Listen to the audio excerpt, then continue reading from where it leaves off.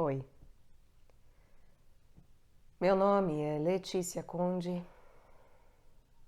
e eu gostaria de caminhar e conversar. Eu gostaria de, na verdade, continuar caminhando na poesia da vida, na poesia do corpo, da alma e do espírito, o que isso tem, como isso tem relação com a eternidade, como que se pode dizer que o nosso corpo, a nossa alma e o nosso espírito são eternos. Gostaria de observar o que é falarmos sobre um nascimento e o que é uma vida eterna, o que é o inferno eterno. E em algum momento, inclusive, chegarmos no que na caminhada anterior, também sobre a poesia da vida, que quem não fez eu recomendo que pare e faça, porque a caminhada anterior é preciosa para que possamos continuar de maneira saudável essa andada e portanto chegarmos, como eu dizia, chegarmos inclusive a observar, como foi dito na poesia anterior, o que significa também corpo, alma e espírito, alma no meio disso tudo. E desenvolvermos mais essas questões e observarmos essas paisagens e esse trilhar tão bonito de caminho, que é esse caminho crístico, e que, portanto, Cristo nos acompanhe, que Jesus Cristo, o Cristo Jesus, Ele mesmo nos acompanhe nessa nossa caminhada, nessa nossa observação para discernimento, para crescimento nosso. Então, que Deus seja conosco, que a sua paz reine nesse nosso palmilhar da terra e que possamos crescer com isso, nos tornarmos ainda mais humus, ainda mais pó e ainda mais chegarmos perto e próximos da essência que nos compete ser, para que possamos verdadeiramente louvar a Deus por todas essas possibilidades tão maravilhosas que estão dentro daquilo que chamamos vida eterna. Na caminhada anterior, na poesia anterior da vida, nós falamos um pouco e observamos um pouco o suicídio. E eu gostaria de começar disso e retomar essa problemática, porque é muito importante tomarmos ciência e, quiçá, sermos dotados de consciência em relação ao que significa tirar a própria vida. Porque é algo gravíssimo, como foi dito. Vejam, quando nós desperdiçamos um dia de trabalho, nós não reparamos, mas isso afeta muito o nosso espírito.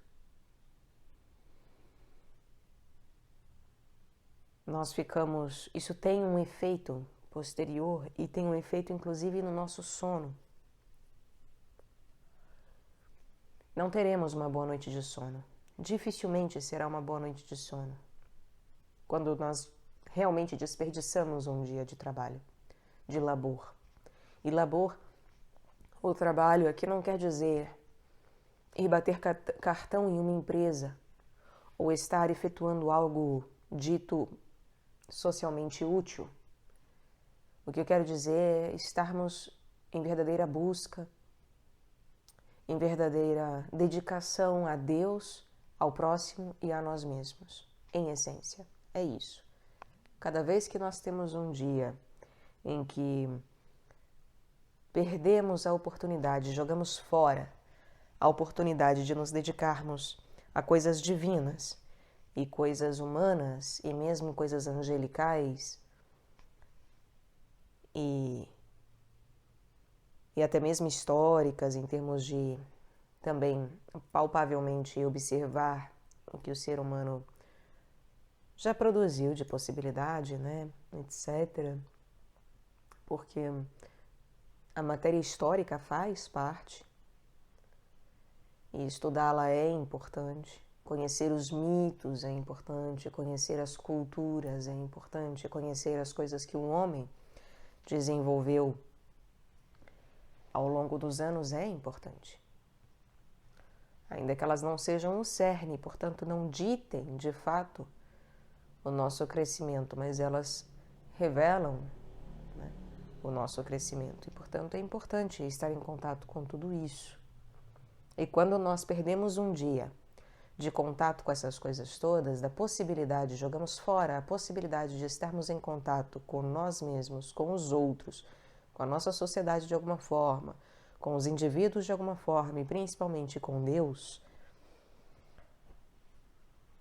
nós podemos não perceber ou achar que é balela, mas nós sofremos à noite. Nós sofremos.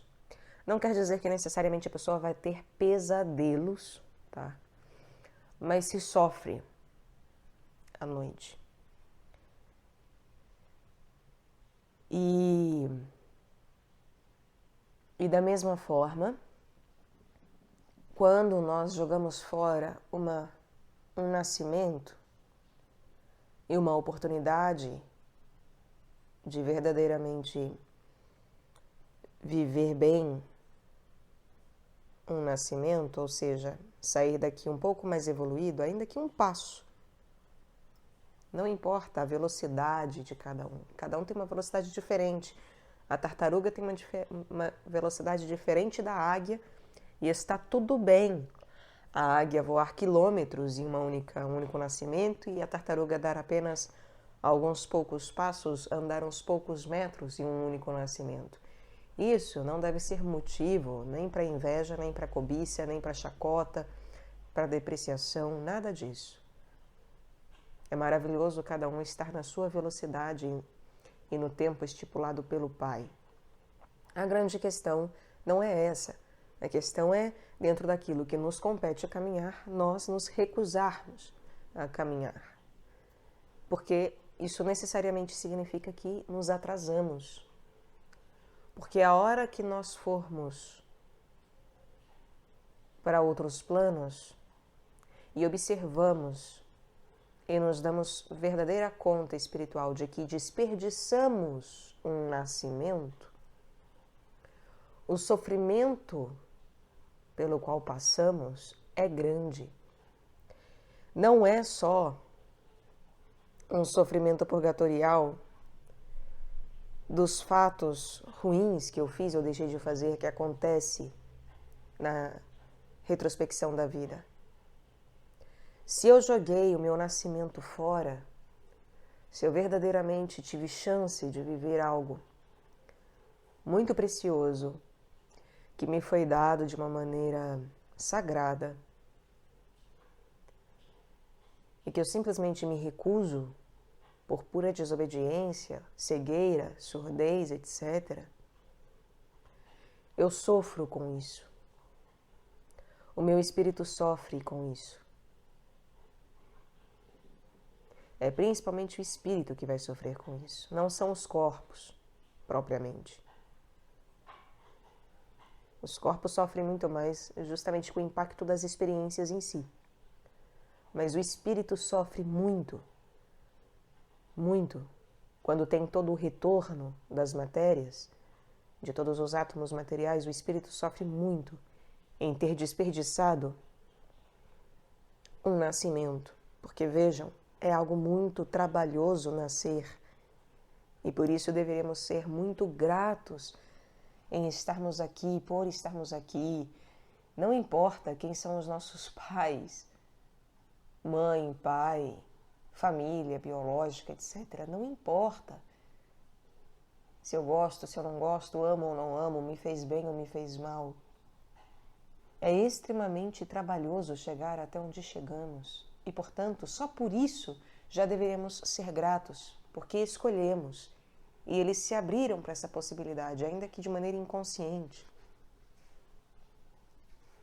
Porque, já foi dito também em outras poesias, especialmente nas astrológicas, como que o emaranhado desse destino, ele se dá e como que, enquanto nós não temos possibilidades de maneira consciente efetuarmos as conexões e as negociações para nossa vinda aqui para esse plano material, para esse tipo de manifestação, como que os outros seres nos auxiliam.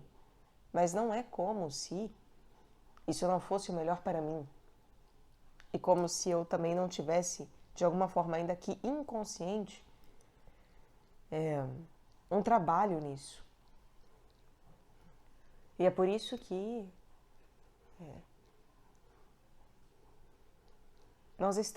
nós, a partir da hora que estamos na vivência dessa existência perpétua, nós aceitamos certas regras e princípios. Então, por exemplo, mesmo a célula do meu corpo, que nasce hoje e que pode morrer amanhã, para ela nascer hoje e morrer amanhã, ela aceita de uma forma inconsciente, é claro, não é no mesmo grau nosso, mas ela tem um grau de aceitação dentro da sua passividade, ela também tem atividade o suficiente, porque ela também é dualidade em si mesma, para que, de alguma forma, enquanto existência, ela esteja dentro desse cumprir essa regra. Ela aceita. Ela não aceita, é claro, dizendo eu, célula fulano de tal, aceito esse compromisso de nascer hoje e morrer amanhã. Mas está implícito a partir da hora em que há nela a centelha divina de projeção e de perpetuação da vontade divina de existência. E para haver existência tem regras, então você aceita essas regras mesmo não tendo consciência de quais são. O nascimento ele se dá da mesma maneira também, de forma análoga. Nós aceitamos as condições para vir. E não adianta reclamar, mas então eu fui, eu sou uma célula que não tinha consciência de que regra era essa, porque se eu soubesse que amanhã, a célula falando, se eu soubesse que eu estou nascendo hoje para morrer amanhã, eu não tinha nascido, Letícia. Eu não tinha aparecido em você, não. Não tem isso. Isso não existe. Isso é uma retórica de sofisma absurdo do ser humano. Porque isso não é a verdadeira consciência. Não é. E, portanto, a gente acha que não iria desejar, mas havia. Como nós somos feitos em Deus, há em nós desde sempre o desejo de existência, de vivência e de manifestação de toda a nossa potência. Então não existe essa de eu não desejaria viver e não desejaria estar me doando e não desejaria nascer e não desejaria. É uma falácia. É uma falácia. Porque mesmo que se a gente pegue casos extremos da negação da vida, como várias vezes eu venho citando a psicopatia, eles não negam a si próprios, no sentido de não são suicidas. São pessoas que matam os outros e que estão mortas em si mesmas, mas assim, não é... A última coisa que eles têm é a ideia de que, eu não pedi para nascer, Eles adoram estar existindo. Aliás, acham que só eles deveriam, inclusive, mandar na existência, não é mesmo? Porque, nossa, como são inteligentes. Então, eles deveriam, inclusive, mandar na existência, de tanto que gostam de existir.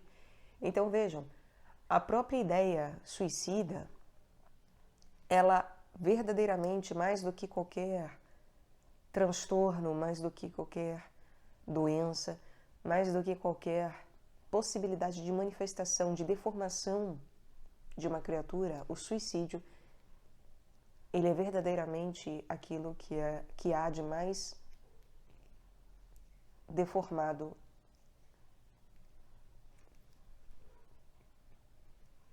em todas as formas concebíveis, mais do que o próprio assassinato do outro, eu digo, porque é um assassinato, né? Mas de si. É mais absurdo ainda. E é por isso que vai contra tudo o que nós biologicamente somos feitos para ser, mesmo que só fisicamente falando, quimicamente falando, e mesmo mentalmente falando, né? O nosso cérebro, ele nem consegue conceber o que é o suicídio. É totalmente algo fora da possibilidade do campo do desejo em si. E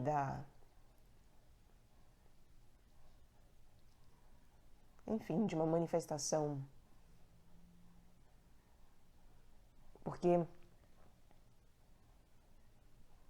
mesmo quando a gente pensa num processo de uma psique apaixonada por si mesma, o suicida, ele está num grau tão desesperador de existência. E aí eu não quero dizer que seja melhor ser um psicopata do que um suicida, tá? De maneira alguma. O que eu quero dizer é algo completamente diverso disso. Contudo, né, porque não há comparação, contudo, se nós formos colocar numa questão da psique, é como se a psique não está casada nem consigo própria, ela mata a si mesma. Então se erradica qualquer possibilidade, inclusive justamente de existência. E é melhor existir, ainda que cegamente casado consigo mesmo, do que chegar ao ponto de querer erradicar a existência de si mesmo. Agora, é claro, o problema da psicopatia é que daí quer erradicar a existência dos outros, né? Quer ter domínio sobre a existência alheia. E aí isso é tão problemático quanto, porque as duas coisas são assassinato. E por isso que as duas coisas são problemáticas. Mas eu estou querendo mostrar como que o suicídio é algo que realmente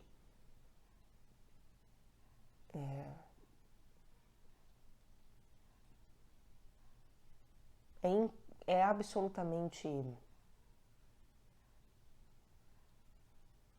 muito mais denso e pesado de ser trabalhado do que a gente imagina. E por isso que é tão difícil. E por isso que devemos ter muita fé e compaixão e implorar por piedade da parte de Deus e realmente fazermos de tudo para que as pessoas não se matem, não se suicidem. Porque é algo muitíssimo grave. Muitíssimo grave.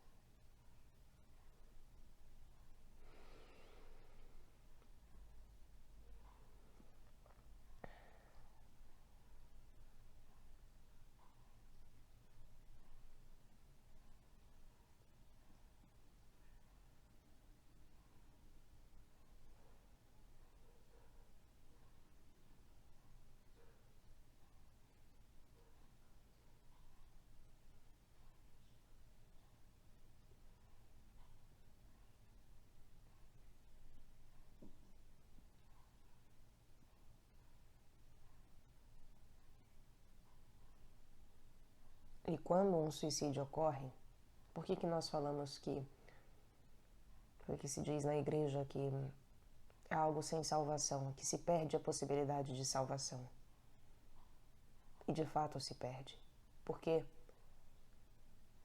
como eu falei na poesia anterior, a pessoa fica sofrendo durante todo o tempo em que ela estaria viva, todo o tempo que ela teria de nascimento até a morte, e que ela deixou de viver, ela vai passar sofrendo. E é um sofrimento muito maior do que o descrito pelo Max Heindel. Muito, inimaginavelmente maior. Muito. Talvez para quem olha a pessoa que está sofrendo não pareça grande coisa, mas é muito maior.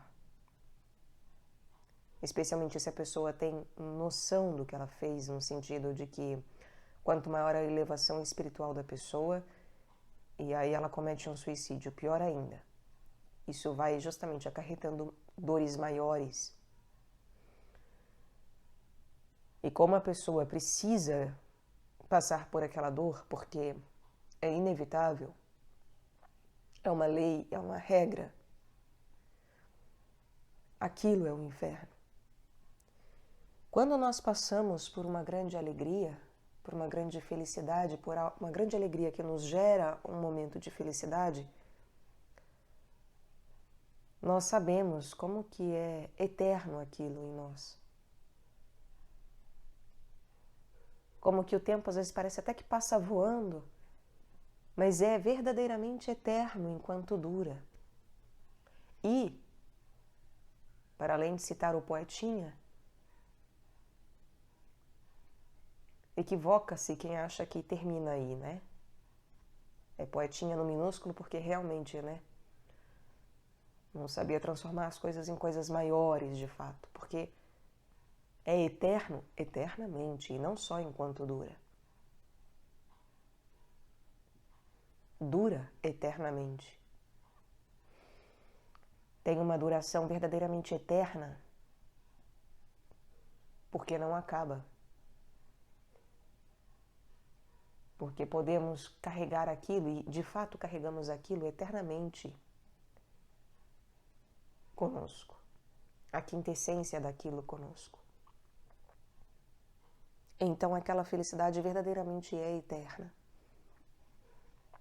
Até porque ela vai passar a compor os nossos corpos outros. Então, ela é eterna.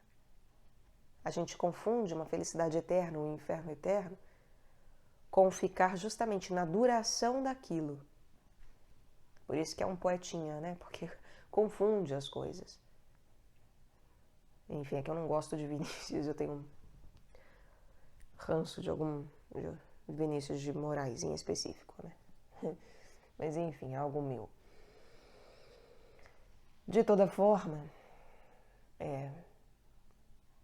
não é eterno pela duração da coisa, mas sim porque, de fato, a sua essência vai ficar conosco para sempre e vai nos compor para sempre, eternamente, e não enquanto uma manifestação durável no tempo e espaço cronológico do hoje.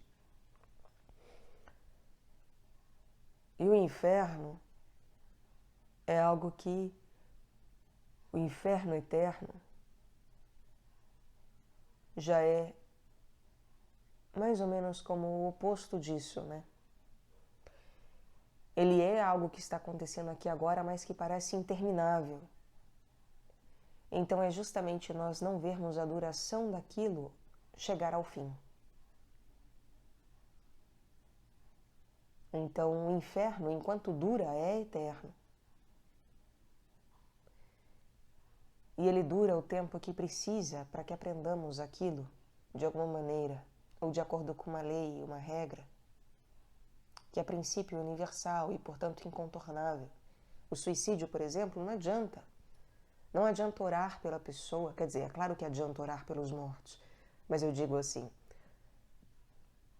vai aliviar a dor da pessoa? Provavelmente sim, porque a pessoa também sofre ao ver o sofrimento alheio. Então nós devemos orar por qualquer pessoa que morra, por suicídio ou não, porque ela sofre. Se ela ainda estiver em contato com as consequências das coisas deste nascimento e com as conexões e laços deste nascimento, ela vai sofrer ainda mais em ver o sofrimento nosso. Portanto, é bom para os nossos mortos, não que a gente se comunique com eles, não que a gente chame eles, nada disso. Esquece mediunidade. Não é para conversar com os mortos, mas ore pelos mortos. Oremos pelos mortos. Isso ajuda. Oração ajuda. Porque a oração, ela produz a paz de Deus.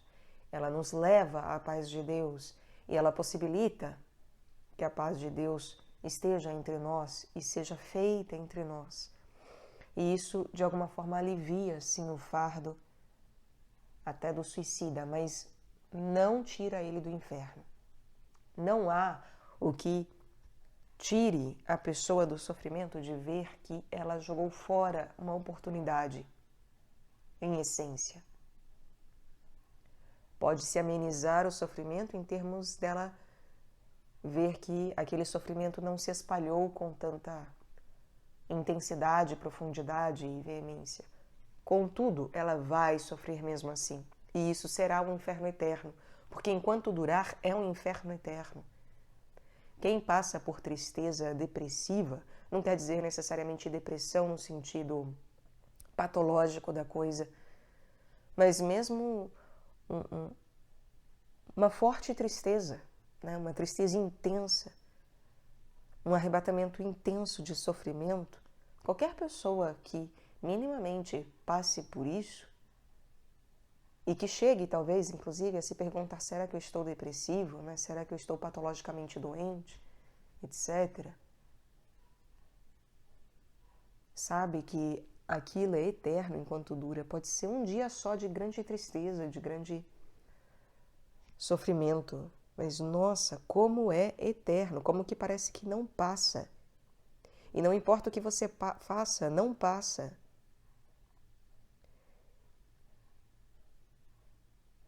Não passa.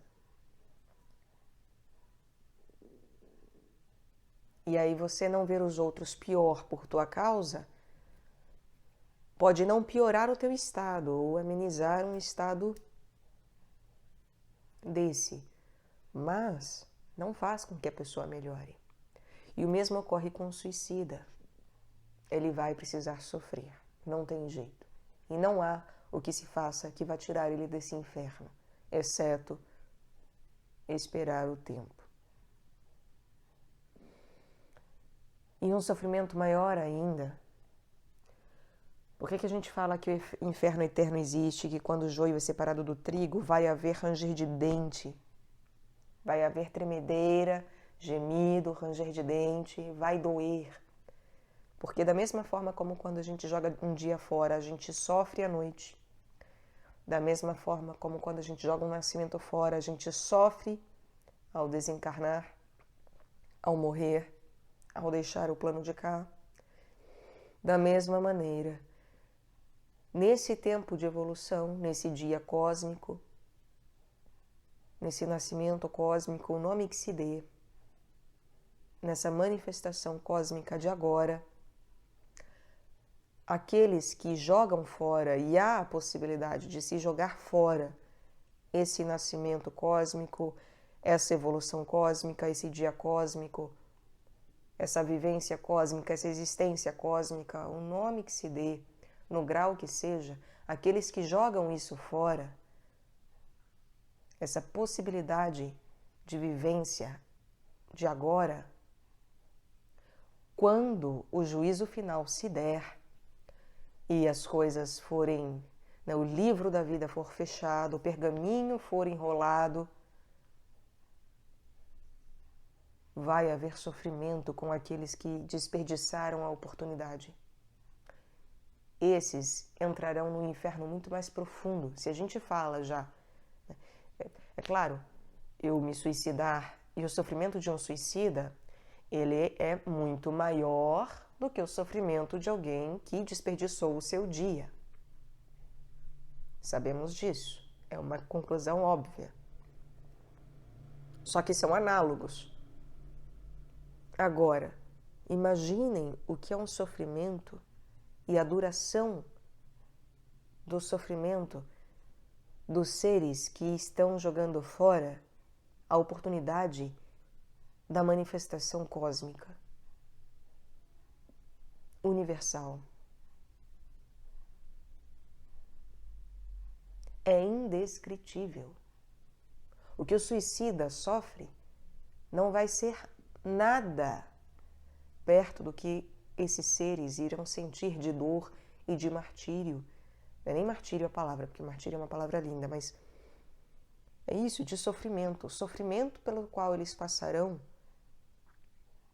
é verdadeiramente indescritível. E é verdadeiramente um inferno eterno. Existe um momento em que para o suicida o inferno termina e ele ganha a possibilidade de outro nascimento? Existe. E pela Rosa Cruz sabemos que essa manifestação não é só essa. Haverá outras manifestações, assim como já houve outras manifestações. Então, há a possibilidade de, numa nova manifestação, esses seres poderem aceitar a evolução e viver novamente a possibilidade de evolução. Mas, novamente, eles vão poder jogar isso fora. E aí, é claro, nós podemos falar que é praticamente impossível conceber uma pessoa que, em todas as suas vidas, ela se suicide. Mas isso é possível, por mais absurdo que pareça. Ainda que improvável, etc.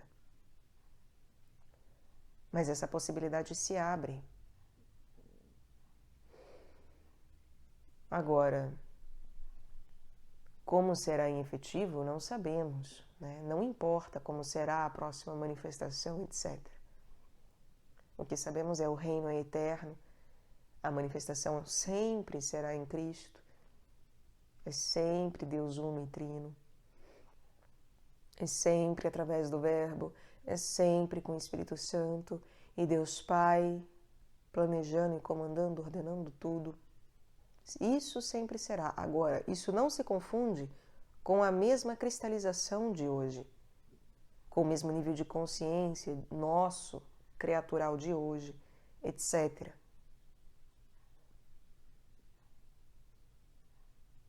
Então, meus amigos, o inferno eterno existe.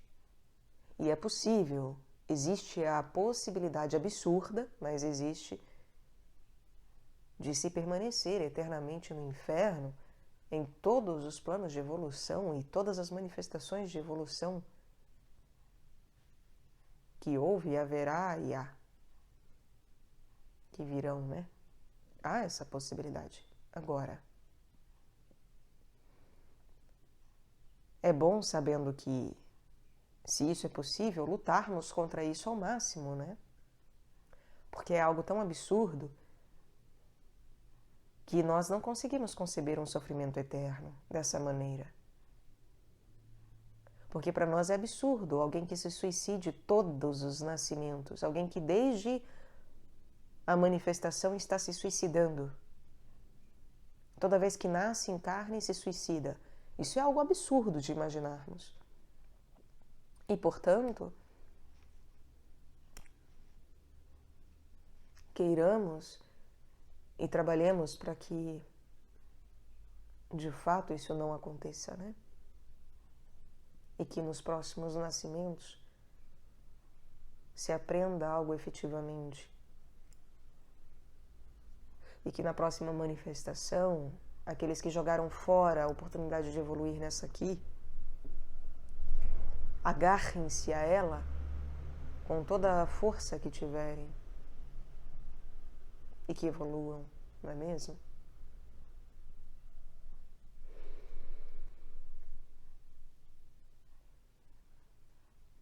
Então,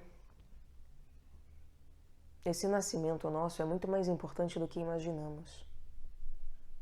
Sendo que isso aqui que se move para falar com vocês, essa carne que se mexe, quando eu balanço os braços e movo os dedos, movo a boca e respiro, inspirando e expirando ar para que a voz seja projetada e saia e seja gravada e possamos fazer essa caminhada, tudo isso, todos esses mecanismos, todas essas existências que não sou eu, mas que me compõem para que eu seja e para que eu exista por reflexo, elas compõem aquilo que é um reflexo do meu ser e é uma materialização não só de reflexão, mas de uma cristalização palpável daquilo que eu de fato tenho de melhor e de pior. Vimos na Poesia da Terra, no mapa astrológico, sobre isso. E como que, quando vamos chegando em campos além, mais elevados, como que a minha manifestação, ela é para além, inclusive, daquilo que eu tenho de melhor ou pior. Porque eu entrego todas as coisas na mão de Deus e Ele passa a me dar aquilo que eu puramente necessito e que já não tem mais necessariamente a ver comigo somente, mas com o que eu necessito para evoluir. Então, se eu nascer sem braço, não tem a ver com eu ter sido alguém ruim na vida passada, que roubou ou que fez isso ou aquilo, mas para que eu desenvolva certos aspectos espirituais. Então, aquilo pode ser a expressão do meu melhor. E é por isso que as aparências enganam e eu não posso me deixar mais levar por interpretações de aparência tão falaciosas como muitas vezes nós temos.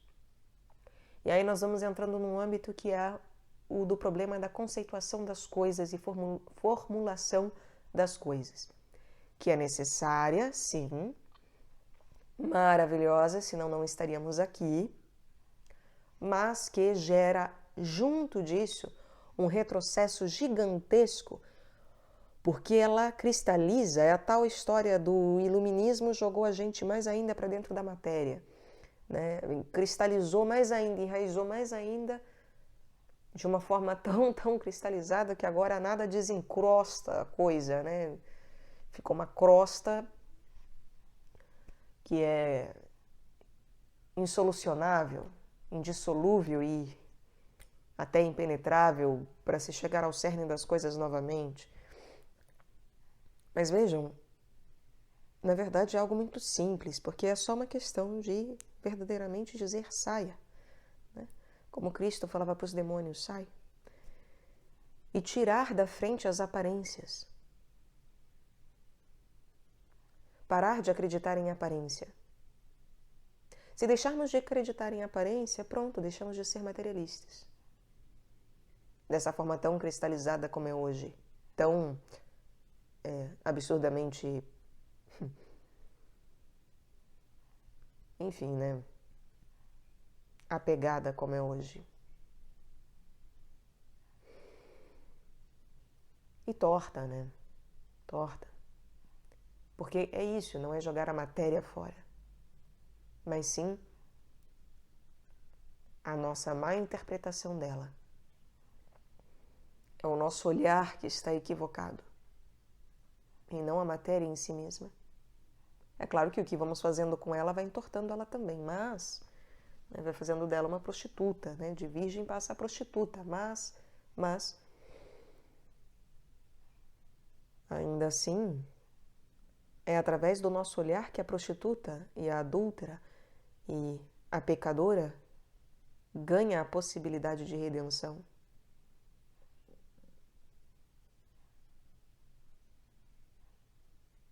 de deixar de tacarem pedra nela, de deixarem de soterrá-la com uma estrutura materialista por conta das aparências, que é algo satânico e lucífero, né?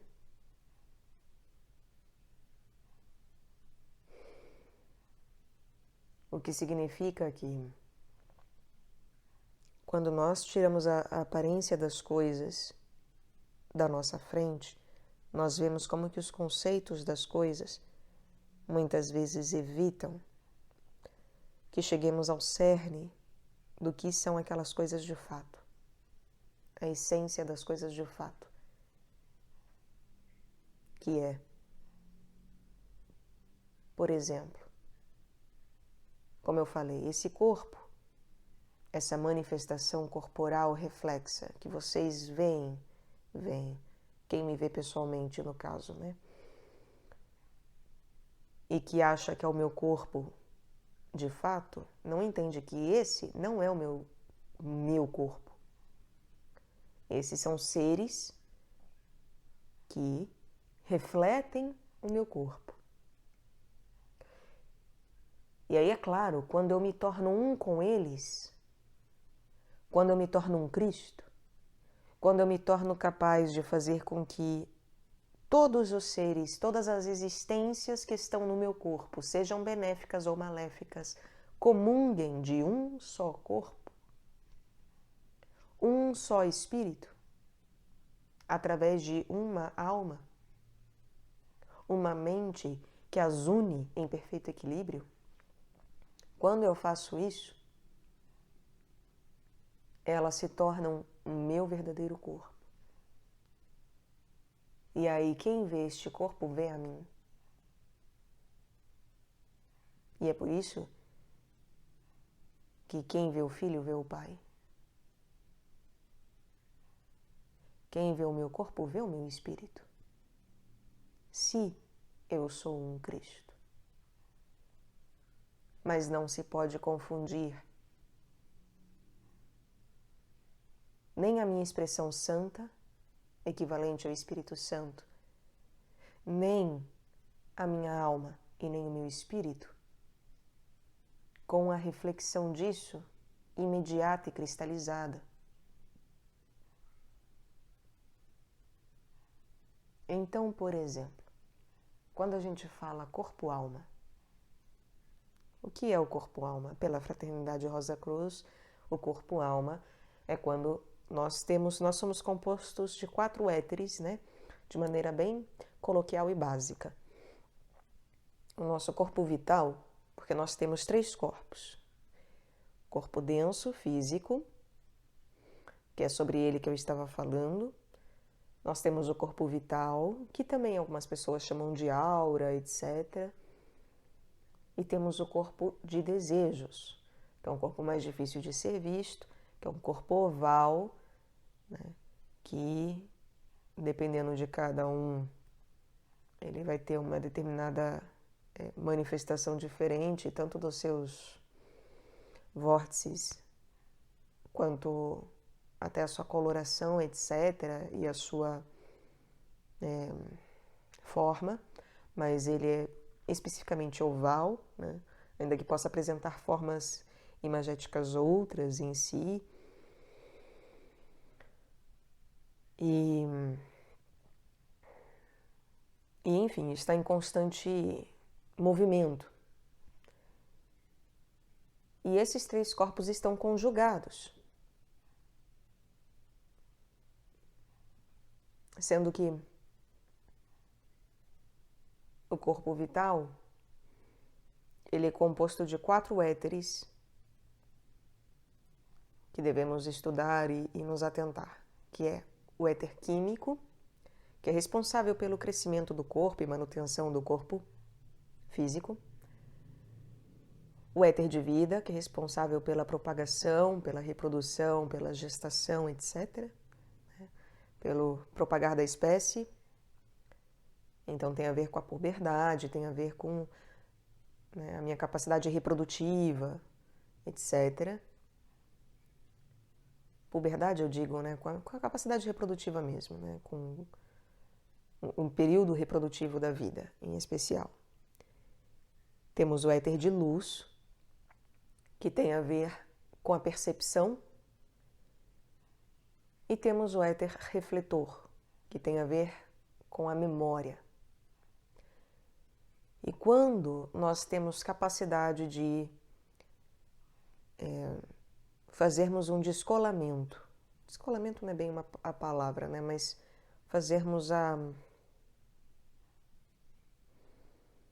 termos o discernimento entre os éteres inferiores, que são o éter químico e de vida, responsáveis pelo corpo denso, e os éteres superiores, que são o de luz e o éter refletor, responsáveis, que têm ligação principalmente com o corpo de desejos e com a mente, porque o corpo de desejos e a mente estão hiper mega conectados.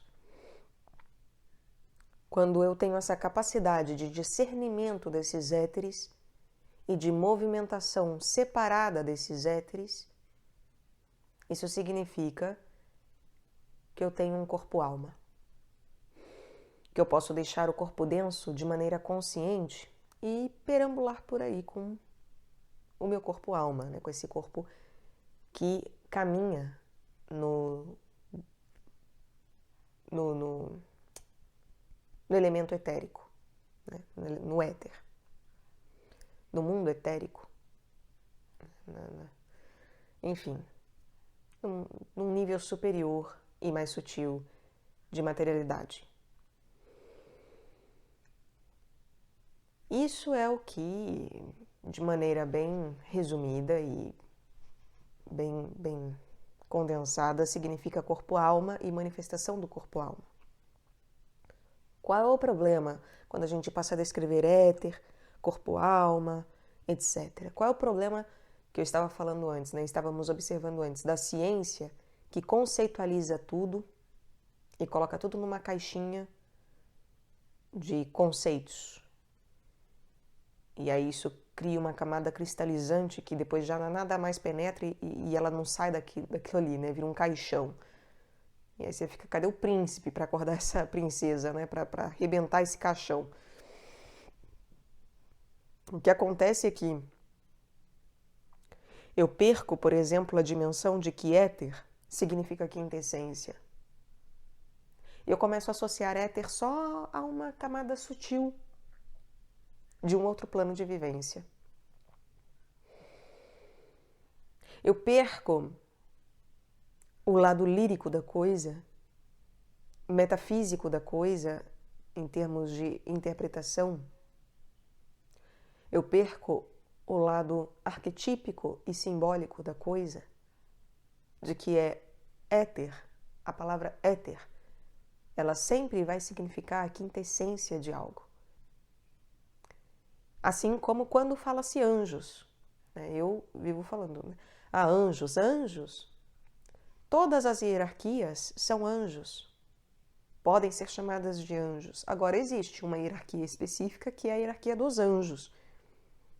Mas todas as hierarquias podem ser chamadas anjos. Inclusive a hierarquia humana, quando tem essa ascensão à santidade. Por isso que fala que nós estamos a um passo dos anjos, né? E Maria é mãe dos anjos, porque ela não é mãe só dos anjos, os anjinhos, que estão acima de nós enquanto hierarquia. Não, ela é mãe de todas as hierarquias angélicas. Da mesma forma, éter. Éter é quintessência de qualquer coisa. Então, sempre que falarmos, né, de algo etérico, estamos querendo dizer aquilo que é a quintessência, aquilo que se revela de sutil daquele amontoado que veio anteriormente, né? Daquele agrupamento anterior àquilo que é etérico. Então ele é um princípio antes de tudo. Algo angélico é um princípio antes de tudo. Algo etérico é um princípio antes de tudo. Por isso que as coisas são primordialmente arquetípicas, porque elas são princípios antes de tudo.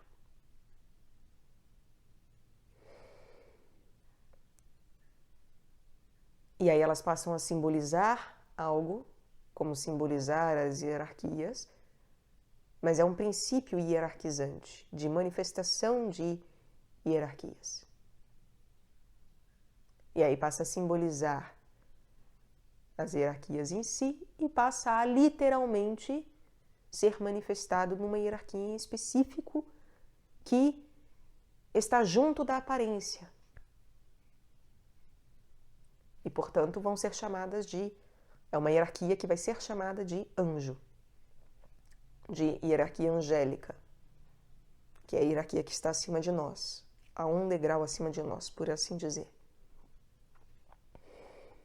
Então são...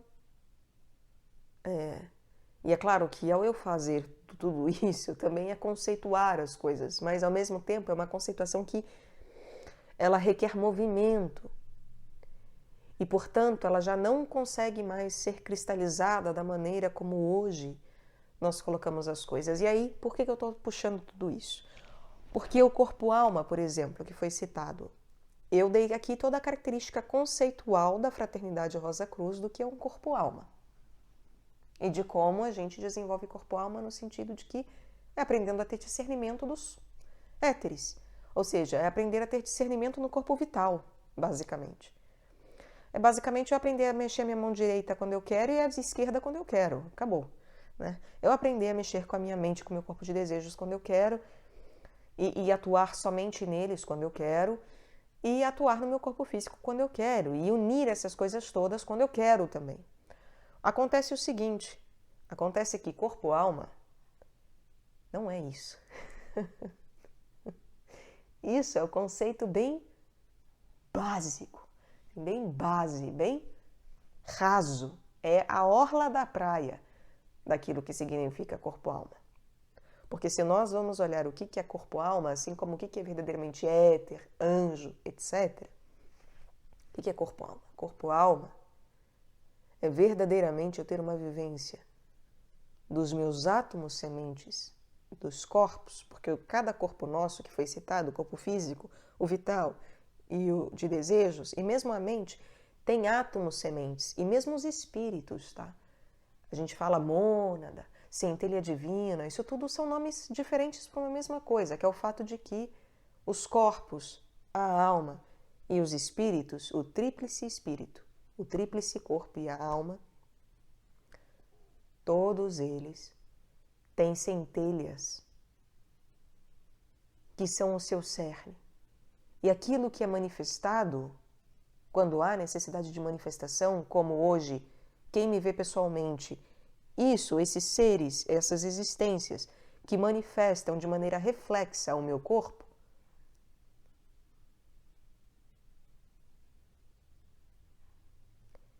é a emanação dessa única centelha, desse único átomo.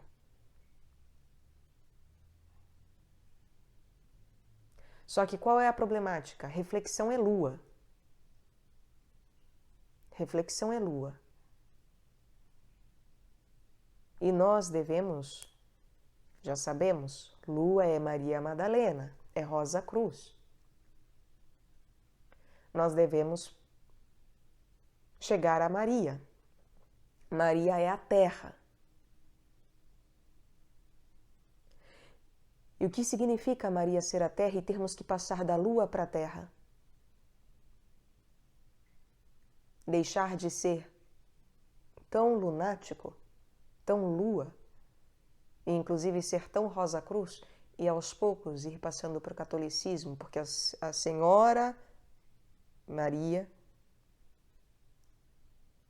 Regina, nossa mãe, nossa verdadeira rainha, ela é senhora do catolicismo.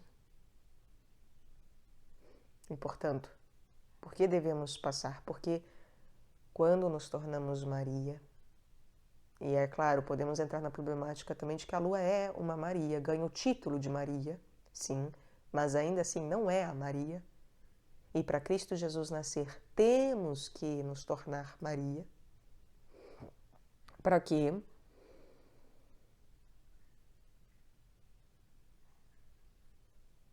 Seja possível que essa terra seja de fato uma manifestação em casamento com o Espírito Santo. Assim como Maria se casa com o Espírito Santo. E o nosso espírito deve ser como José, castíssimo, castíssimo, para que isso seja possível. Então, a manifestação mariana da minha matéria e do meu corpo, ele efetivamente cristaliza de maneira palpável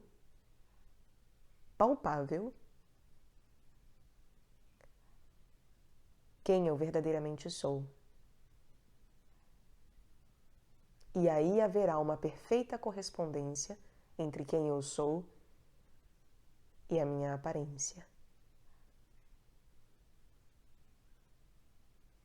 É só aí que haverá uma verdadeira correspondência. Só que é claro, muitos acharão que veem e sabem interpretar e sabem ver, não sabem. Nem os apóstolos não sabiam. Então a gente tem que baixar a bolinha, porque a ciência, ela não é nada perto das coisas divinas.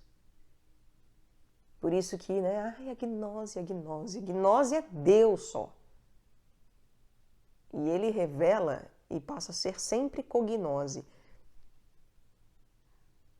Ninguém jamais alcança conhecimento por si próprio. Jamais. Jamais. E sem passar por Maria, sem nascer tal qual uma Maria, sem efetivamente o centro do meu mapa astrológico, que é a Terra, efetivamente fazer com que o meu mapa astrológico seja literalmente em aparência e em todos os graus a manifestação de quem eu sou,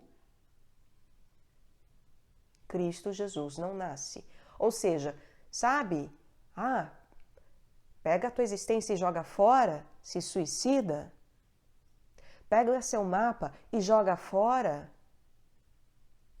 É suicídio, meus amigos. Pega tudo que você tem, joga fora. Joga fora. Essa história de joga a matéria fora, joga o corpo fora, joga mapa fora, joga a tua existência fora. Isso é algo absolutamente demoníaco de ser dito. É absolutamente satânico e lucífero. Quem diz não sabe o que fala, não sabe o que faz. Temos que orar por pessoas que propagam suicídio. Orar muito mesmo. Porque isso é algo gravíssimo. Isso é como dizer para que Maria se suicide. Porque a gente não sabe quando é a possibilidade da pessoa viver Maria em efetivo. E na verdade, se nós formos olhar com rigor, sempre há essa possibilidade, porque nós não sabemos do tempo do Pai, nem sendo um Cristo, não se sabe o tempo do Pai.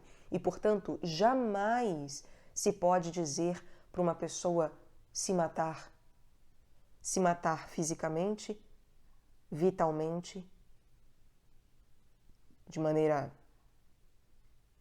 matar seus desejos, matar seu mapa astrológico, a sua lua, a sua terra, seus planetas. Jamais, jamais. Isso é falência dos órgãos.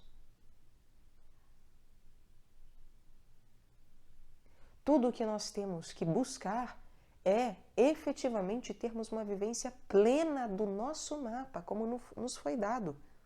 O problema é que a gente não compreende que um mapa, ele não é um conceito cristalizado. Se eu tenho Marte na casa tal, significa tal coisa. Se eu tenho não sei o que em tal lugar, significa tal coisa. É um espectro. E o que temos que buscar é, o meu mapa pode ser de um psicopata ou de um santo. Eu escolho o que ele vai ser. Eu escolho a possibilidade de vivência da gradação disso, porque ou eu vivo a evolução disso e tudo bem, eu posso não me tornar um santo nesse nascimento. Ótimo, ok, mas eu tenho que obrigatoriamente falar, eu vou buscar a santidade, portanto eu vou dar um passo. Pode ser um passo, pode ser levantar o pé, nem se completar o passo, mas levantar um pé, um dedo, o dedão. Fazer menção de é o suficiente, meus amigos, é o suficiente para que eu efetivamente evolua em direção àquilo. E eu preciso escolher. E cada vez que eu falo, não, na direção do meu mapa, eu não vou não.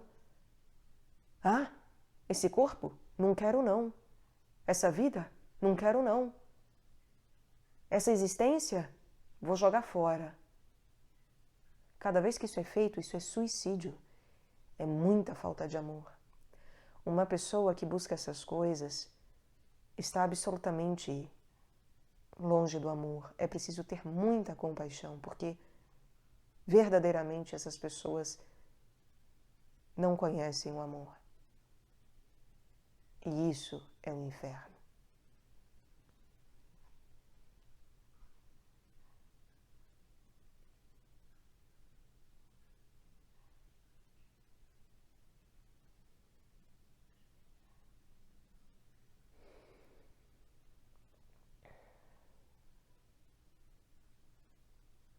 Então, temos que ter muito cuidado. Muito cuidado com nós mesmos, com os outros. Cuidar uns dos outros. Incentivar a existência, a vida, a vivência das experiências que viemos experienciar. Não importa se parece a coisa mais jeca do mundo viver algo que está lá no meu mapa para que eu viva. Não importa o quão atrasado isso pareça para alguém que, nossa, é super evoluído. Não importa. Não importa. A única coisa que importa é que se viva. Porque a única coisa que importa é a vida.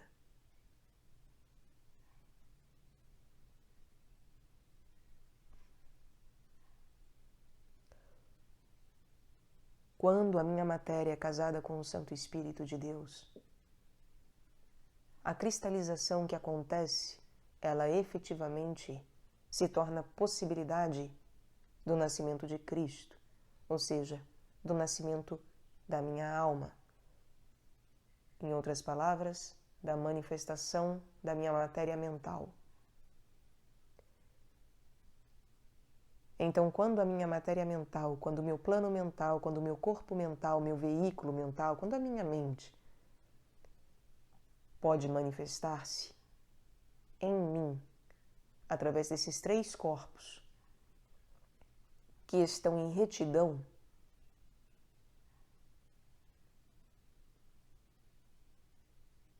então o nascimento de Cristo se dá.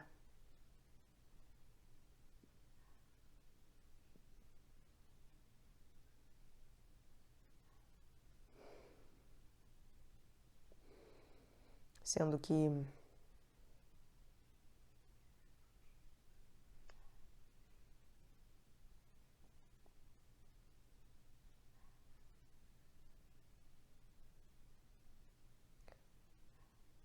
que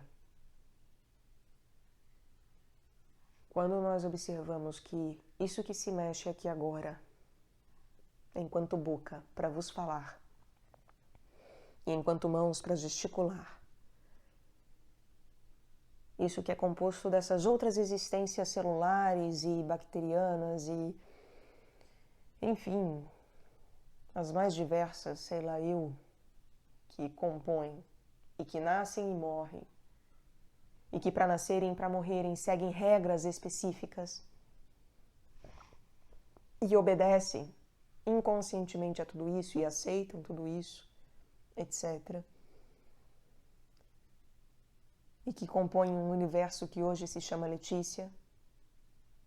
Tudo isso só se torna meu corpo quando Cristo nasce e cresce e chega até o Gólgota. Em efetivo.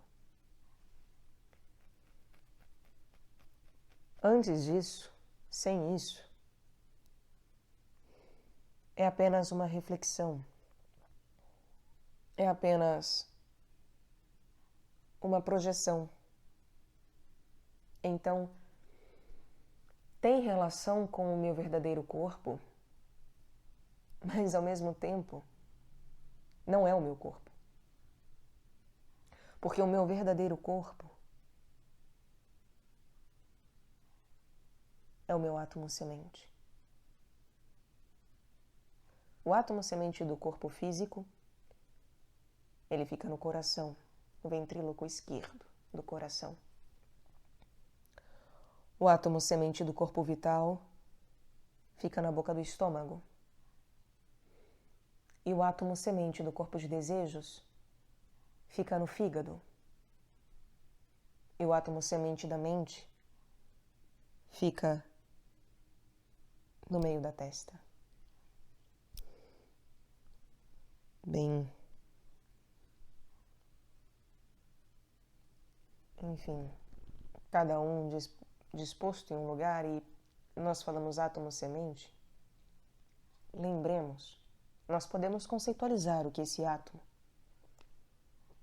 mas o que ele significa de fato, arquetipicamente, é que é uma centelha eterna daquilo que sempre manifestará a minha matéria, a minha mente, e os meus espíritos também têm o que a gente pode chamar de átomo semente, mônada, centelha, mônadas, né? Centelhas, enfim, ou só sementes. Eles têm os três espíritos nossos: espírito humano, divino, de vida e divino, né? Na sequência, espírito humano, espírito de vida e espírito divino nosso. Eles também têm uma sementinha que, da mesma forma, ela ganha uma projeção e que também só se torna verdadeira quando entregamos todas as coisas na mão de Deus. Quando verdadeiramente as coisas de Deus Pai se manifestam através de nós. Quando nós ganhamos uma manifestação verdadeiramente arquetípica junto do Pai, junto do plano divino, junto de Deus.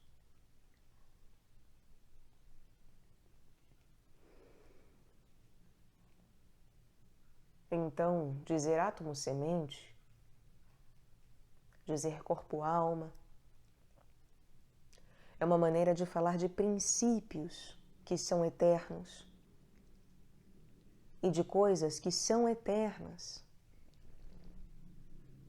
Para além de falar que é um átomo químico que fica perambulando por aí. É para além da própria matéria que o compõe, que hoje o congrega, o carrega, ou enfim. É uma questão de que sempre, por que o nosso corpo é eterno? O nosso corpo é eterno porque o átomo semente de cada corpo nosso é eterno. Os três átomos sementes do corpo, que na verdade são um só átomo, são três partículas desse um único átomo, na verdade, e por isso que é um só corpo, em verdade, eles são eternos. Esse único átomo, essa única semente, essa única centelha material é eterna.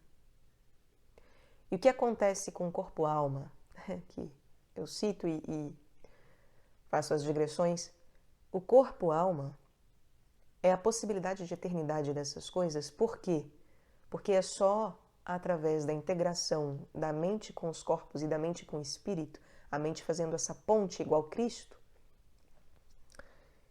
que eu efetivamente manifesto na matéria as coisas do espírito e no espírito as coisas da matéria. O assim como em cima e embaixo e assim como embaixo e em cima só se dá efetivamente em Cristo. Não adianta ser egípcio, Hermes Trismegisto.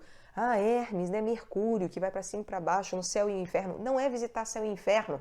Se fica acreditando em coisa grega, romana, em Hermes Trismegisto e essas coisas que eu ia falar bobajadas, mas não são bobagens, tá? Me desculpem, eu também vou sendo rigorosa demais. Não são bobajadas, mas é que perto de Cristo o resto é anátema, né? Perto de Cristo Jesus, o resto é bobajada. Mas qual é o perigo de ficar preso em mitologia? Qual é o perigo de achar que Hermes Trismegisto é muito legal? E que, nossa, a verdade está lá no Egito e blá, blá, blá. Ou então, pior ainda, né? Tá lá na Pérsia, tá lá em Zaratustra. Ai, meu Deus, que bobajada, né? Nietzsche, né? Tenhamos compaixão por Nietzsche. Meu pai, quanta bobajada, né? Quando você se dá conta de que você perdeu tempo lendo Nietzsche, você fala, nossa, mãe do céu. Dá um arrepio na espinha e na alma. Mas faz parte, né? Perder tempo também faz parte do aprendizado, eu digo. Assim, Hermes Trismegisto é muito bom, muito legal, né? A tábua de esmeralda. Só que aquilo lá só se efetiva em Cristo Jesus. Só. Sem Cristo Jesus, aquilo lá não é nada. Porque aquilo lá só existe por conta de Cristo Jesus, né? É velha história. As coisas culturais e temporais, ainda que longas, só existem porque são emanadas de Cristo Jesus. Por isso que Ele é Deus, né? Não é o maior e mais evoluído ser humano. Não. Ele é Deus. É efetivamente o Deus do nosso universo, herdeiro do universo, porque o Pai é o Criador do universo e o Filho é seu herdeiro por quem e através do qual todas as coisas são feitas. E sem Ele nada se fez. E isso é verdadeiro, verdadeiríssimo. E só é em cima como embaixo e embaixo como em cima em Deus uno e trino verdadeiro Jesus Cristo. Porque não é como Hermes, não é como Mercúrio, porque, então, qual é o problema de acreditar em mitologia? Que daí você não vai ficar acreditando em gnose, que leva ao quê? A achar que a matéria, então, é o inferno, porque Hermes vai do céu ao inferno. O céu é o espírito, então o inferno é a matéria. Então, nós temos que sair do inferno, temos que deixar o inferno, porque o inferno é a matéria. E aí vai ficar acreditando nessas bobajadas de que, entendeu? Tudo má interpretação, tudo queda. Tudo má interpretação, tudo sombra, tudo bobajada de ser humano que não entendeu nada, que era atrasado, etc., que a gente evoluiu para conseguir habitar aqui esses planos, e tudo bem, faz parte, beleza, feliz queda e tal, mas que é bobagem de continuar apegado, né? Muita bobagem. Porque, por favor, meus amados, a matéria não é o inferno. Não é. Nenhuma matéria é o inferno. O inferno, aliás, ele ocorre dentro da matéria. Mas ele não é a matéria em si. Só que ele só ocorre dentro da matéria porque nós permitimos. É como eu falei do suicida. O inferno não é um lugar, como eu falei na poesia passada, né? O inferno não é um lugar onde a pessoa vai lá queimar. É um fogo que internamente nos corpos dela irá corroê-la. E desde já no momento físico presente. Se nós tivéssemos olhos para ver internamente a pessoa, vocês não têm ideia.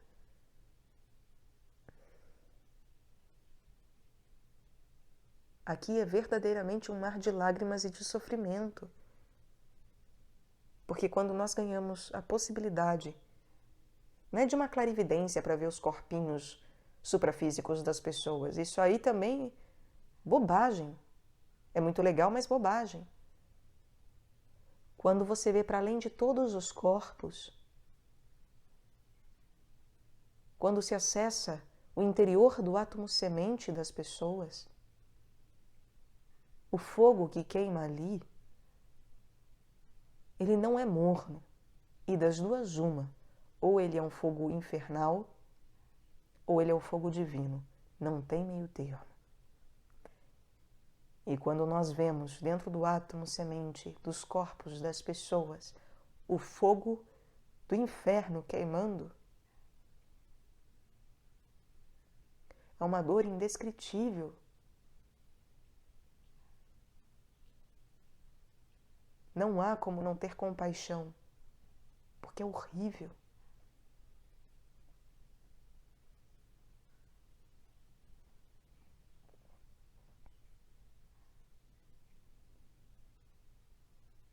Então a gente não vê o corpo do outro pegando fogo.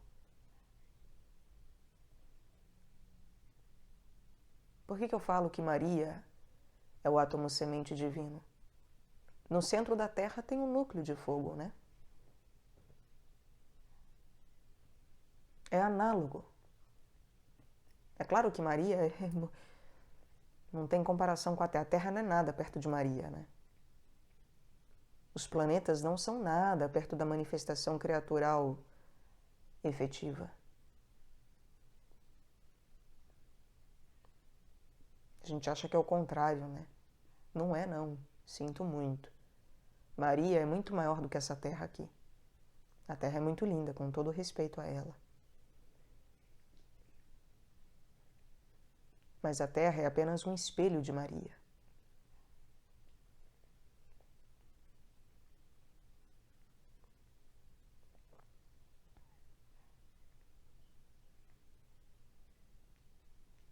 Assim como o Sol não é Cristo, né? O universo não é o Pai. Essas coisas são só um espelhamento. É uma projeção ainda. Podem se tornar efetivamente um só corpo? Devem se tornar um só corpo. Devem. É nosso dever fazer com que se tornem um só corpo e um só espírito. Porque Deus já realizou essa possibilidade. Falta nós aceitarmos em efetivo.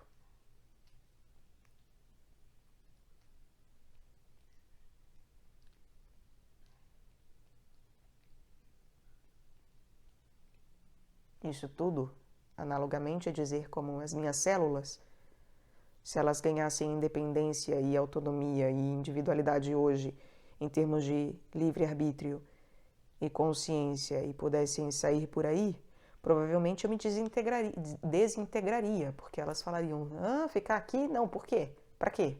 Porque tem que ficar trabalhando para esse ser chamado Letícia? Imagina, não. Ela, inclusive, tem uma existência independentemente da gente, né? Ela é um ser superior, etc. Não, eu vou catar e sair por aí, eu não tô nem aí. Eu me desintegraria, provavelmente. Esse corpo, reflexo do meu átomo semente, desintegraria. Se expandiria por aí, perambulando, né? Sem saber o que faz, é claro. E eu passaria a ter raiva das minhas células, das minhas bactérias, etc. É claro que não, né? Ter raiva por quê? Pra quê? Nem adianta, né? Mas você fala, meu... É respirar fundo e esperar para que entendam que sem mim não são nada. Acabam enquanto existência em si mesmas. E comecem a retornar arrependidas, né? E aquelas que ficam também, deixem de ser rebeldes, né? Fica assim, aquele seu filho lá, né? Você matou um cordeiro para aquele seu filho lá. E para mim, nunca.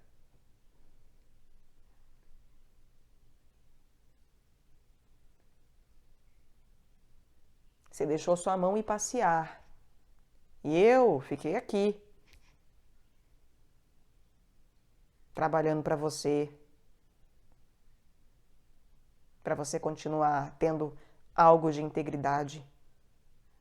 Eu vou falar, meu filho, mas você não está aqui trabalhando para mim.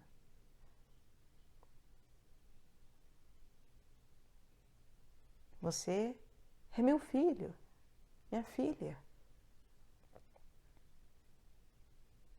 Tudo que eu sou, você também pode ser e vai ser. É teu, por herança e consequência. Todas as experiências pelas quais eu passo é para vocês também. Aí eu pergunto, quem come? Graças a Deus a gente está tomando consciência, mas quem come pensando nas bactérias do intestino? Quem come pensando nas células? Quem escolhe as coisas não porque eu estou bonitinha no espelho, mas porque é o que o meu corpo precisa, porque é o que as existências minhas, reflexas, precisam, que me constituem.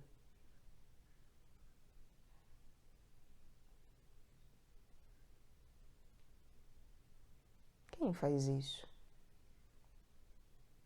E quantos não vivem para o seu próprio pensamento e para si mesmo enquanto um ser super evoluído e super, uau,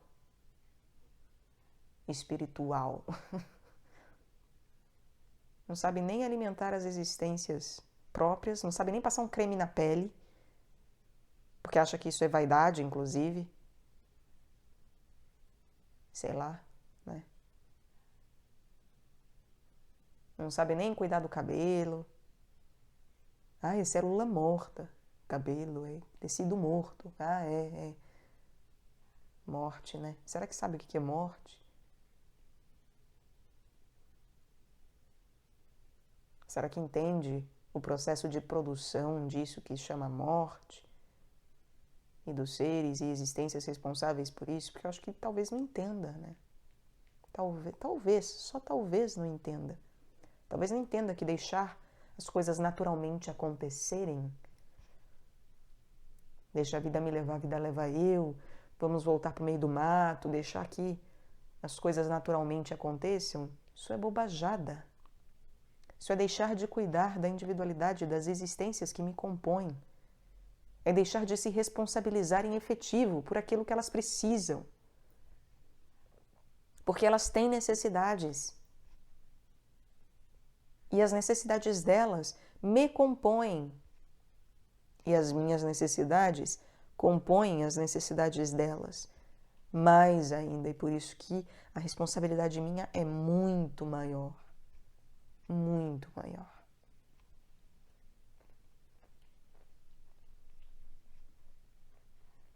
Será que sabemos viver essas coisas de verdade?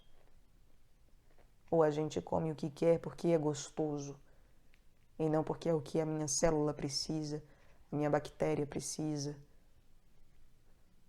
o meu corpo refletido precisa. E principalmente o que meu corpo verdadeiro precisa, o que meu átomo precisa guardar enquanto experiência, enquanto quintessência, enquanto éter.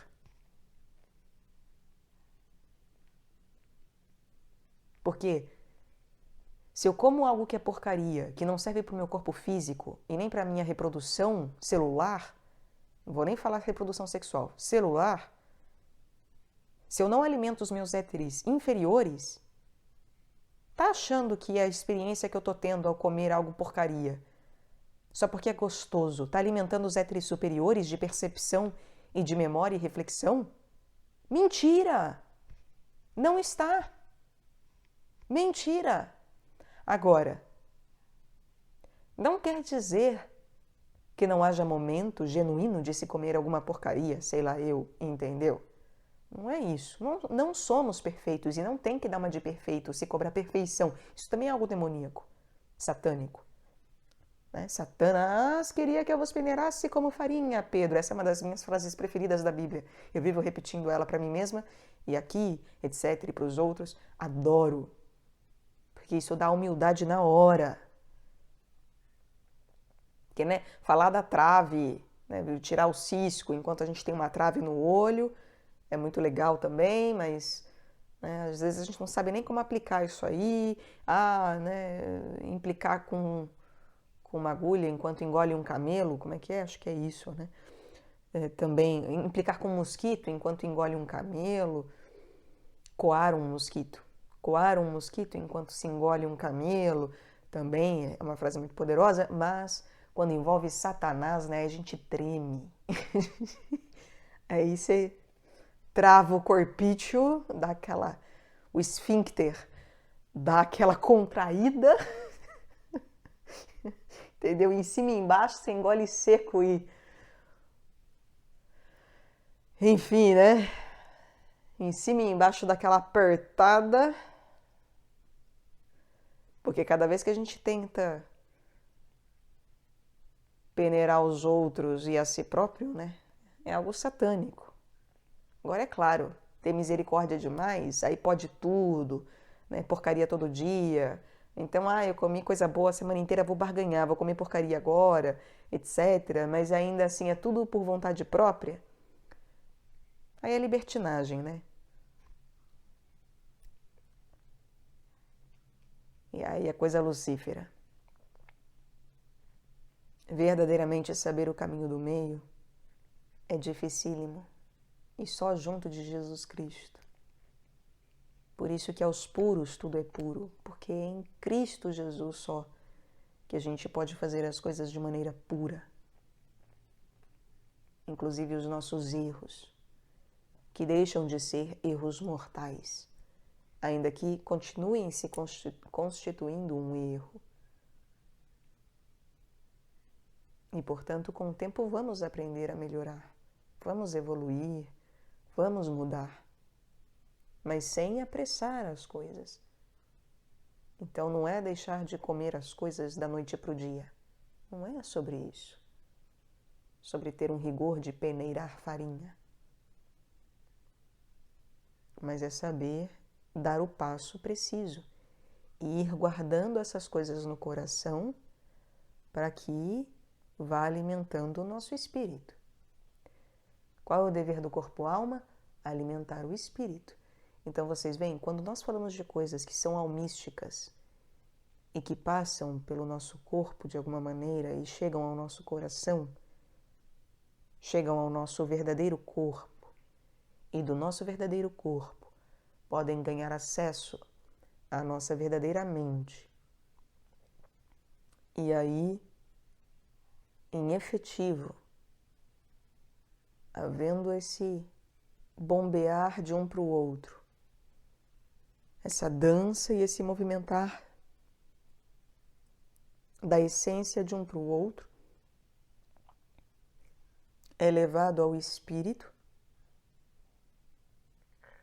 e aí o nosso espírito ganha a possibilidade de amadurecer e falar: agora está na hora de não mais comer. Então agora haverá consequências.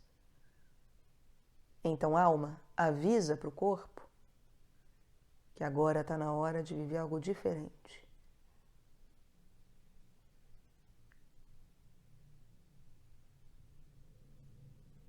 E aí a alma e espírito, ou o espírito-alma, nessa união do corpo com do espírito com a alma, querendo conversa com o corpo, alimentar o corpo para que o corpo se torne cada vez mais templo divino, cada vez mais sutilizado, não porque vai sutilizar, porque vai para o mundo etérico. Éter é quintessência em qualquer matéria. Atingir a quintessência de algo é em qualquer matéria. Mas aí da conversa do espírito com a alma,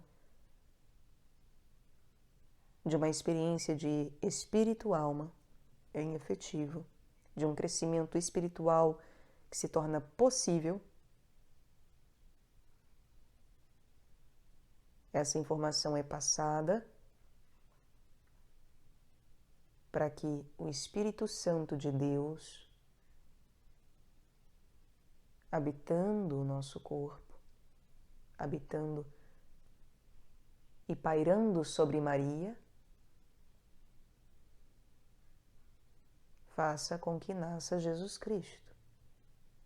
Ou seja, alimenta o nosso corpo para que o corpo-alma aconteça. Mais e mais ainda. Então, é um processo que o tempo todo se dá como uma lemniscata, que não para. É um movimento perpétuo e contínuo, em que o corpo-alma alimenta o espírito e o espírito-alma alimenta o corpo. E isso através do Pai, do Filho e do Espírito Santo. E os nossos corpos, a nossa mente e o nosso espírito em comunhão o tempo inteiro com isso. E Deus pairando sobre nós. O Espírito Santo pairando sobre nós e nos habitando, inclusive. Quando que o Espírito Santo nos habita? Foi mencionado na vez anterior, na poesia anterior. Ele nos habita quando efetivamente vivemos todas as idades de Cristo. E aí, vivendo todas as idades de Cristo, esse fogo verticalizado que ele é, que não é qualquer coisa, e que está inclusive para além do fogo netuniano, mas que analogamente se pode falar do fogo de Netuno, analogamente se pode falar da escada de Jacó, analogamente se pode falar de Kundalini,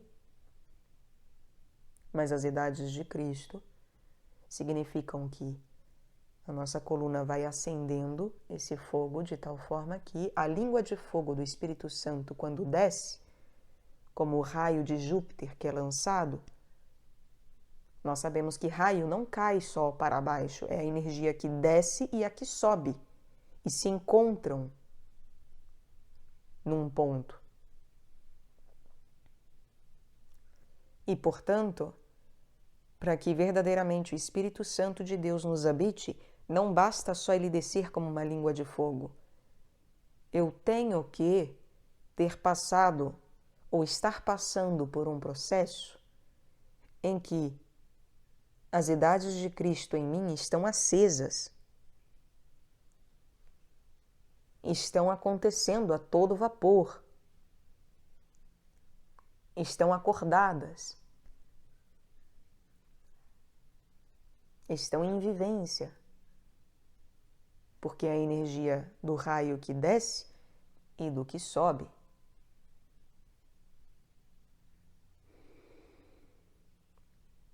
Então há uma língua de fogo que deve subir de mim para o céu e do céu até mim.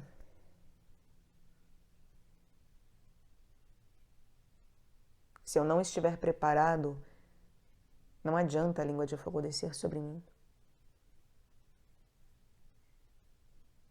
Não adianta nada acontecer.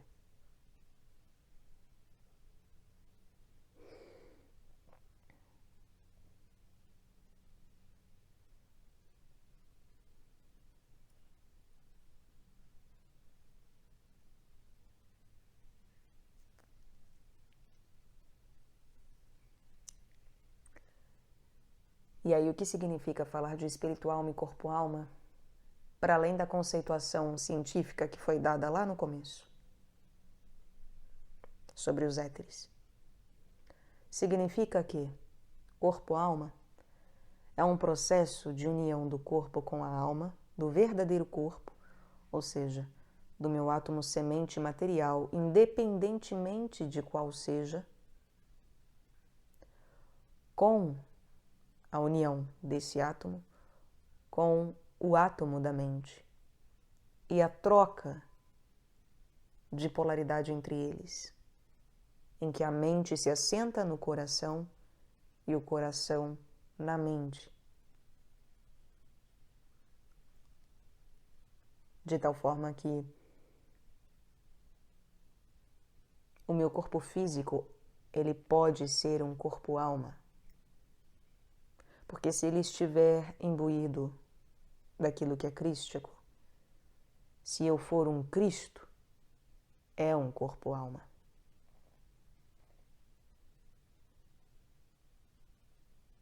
porque eu vivo o lado superior daqueles éteres também, ainda que químico e de vida.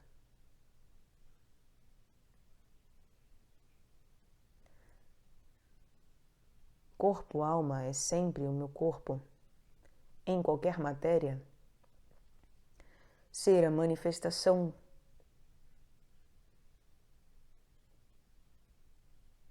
mariana e cristã enquanto igreja, o que significa ser um só corpo com Cristo, o que faz com que então eu deixe de ser isso que se mexe aqui, deixa de ser um reflexo do meu átomo semente, deixa de ser algo que é mais ou menos quem eu sou de verdade, que é um eco, que é um espelho da alma, para efetivamente se tornar a concretização do fogo divino que eu carrego dentro e a manifestação dele em efetivo. Em efetivo. É eu verdadeiramente ver que a Terra é um sol, sem que necessariamente ela precise queimar da maneira conceitual do que a gente acredita que seja um sol.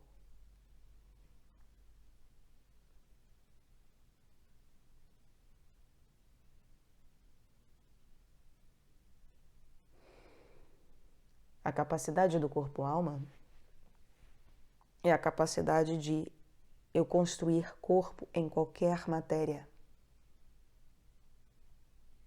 Qualquer matéria. O que significa que isso que eu chamo de corpo hoje, e que é um ato reflexo do corpo, mas que em efetivo, quanto mais eu me cristifico, se torna o meu corpo, isso vai ganhando ressurreição e é eterno. Mas eterno principalmente não por uma manifestação existencial idêntica o tempo inteiro, mas porque o seu cerne e ele, enquanto corpo verdadeiro, que é o átomo semente, é eterno, e portanto o corpo é eterno, porque todos os átomos sementes são eternos, e porque quando há necessidade de manifestação da expansão desse corpo,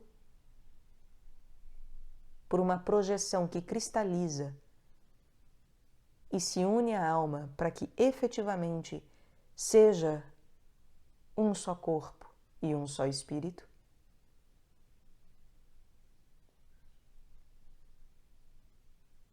cada vez que isso acontece, ou a possibilidade de acontecimento disso, isso é corpo-alma.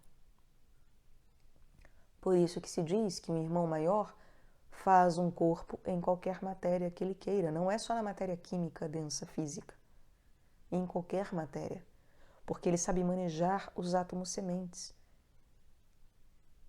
E, portanto, ele sabe fazer com que o átomo semente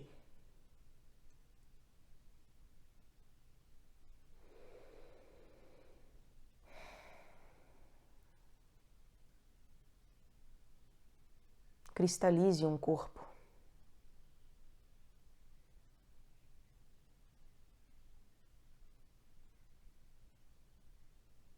Na matéria que seja. Não importa.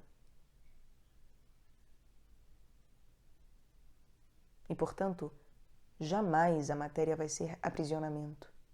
Jamais. Pelo contrário. Ela é a total liberdade de locomoção, de movimentação, de experiência, de vivência, de existência, de evolução, manifestação, passo, caminhar.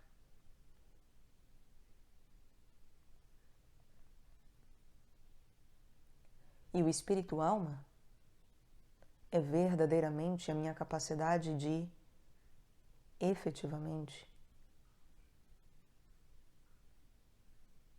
manifestar as coisas espirituais através do verbo.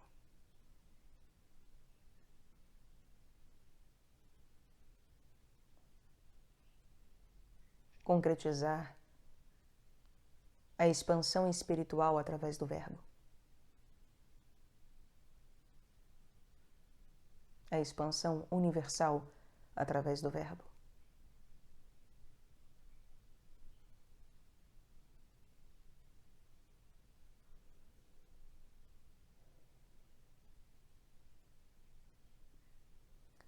Ter autoridade sobre essas coisas todas,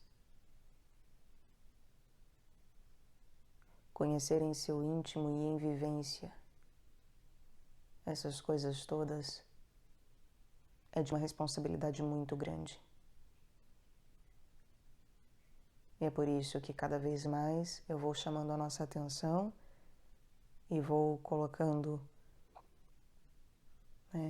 certas necessárias restrições sobre o que se pode dizer e o que não se pode.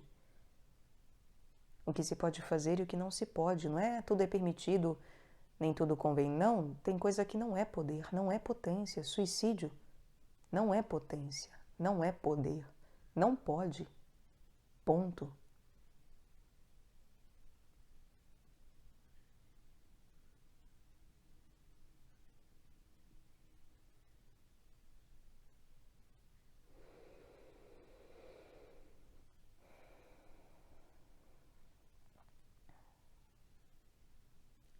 Suicídio é algo realmente,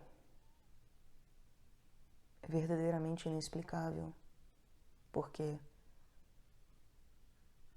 o mal ama a si próprio, né? Ele adora a si próprio, não é nem amor, mas ele cultua a si mesmo, e querer acabar consigo mesmo é verdadeiramente o maior do niilismo, o maior dos maiores niilismos, é acabar com Deus e com o mal, com o bem e com o mal, é acabar com toda a possibilidade, porque não é como se o mal se opusesse a Deus, né?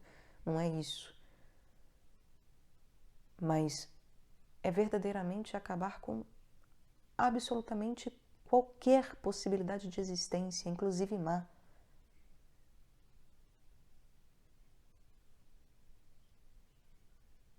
E há coisas que a gente pratica que não temos ideia de que é suicídio.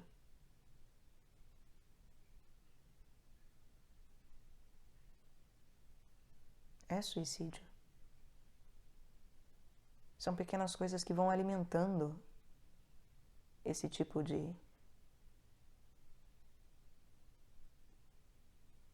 Não sei nem o nome para dar, porque não dá nem para chamar de bestialidade, não é nem bestialidade, é uma nulidade realmente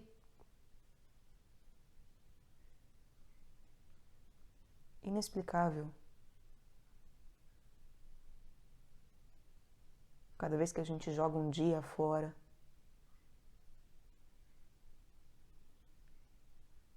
cada vez que a gente desperdiça oportunidades, cada vez que a gente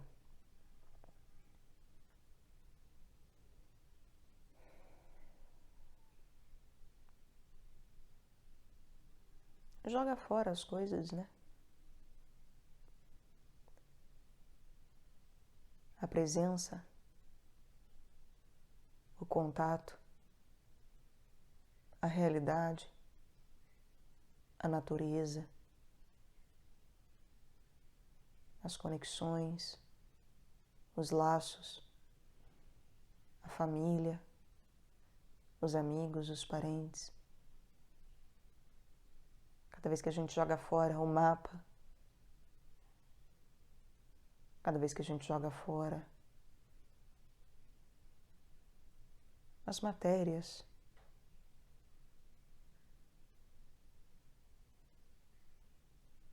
cada vez que a gente joga fora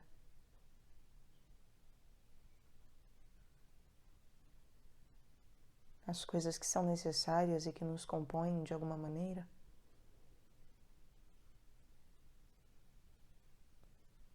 nós estamos nos matando um pouco mais e incentivando os outros a se matarem também.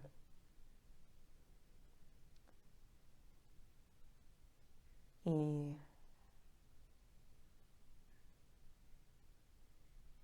é difícil pensar em algo pior do que isso.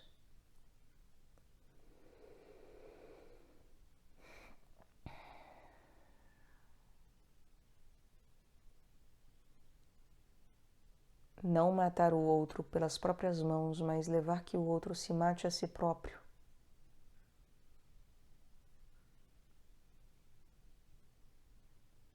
Isso é uma das coisas mais bestiais, né? Não tem outra palavra, mais absurdas que o ser humano já criou. Criou, né? É uma das maiores deformações a qual chegamos. É isso.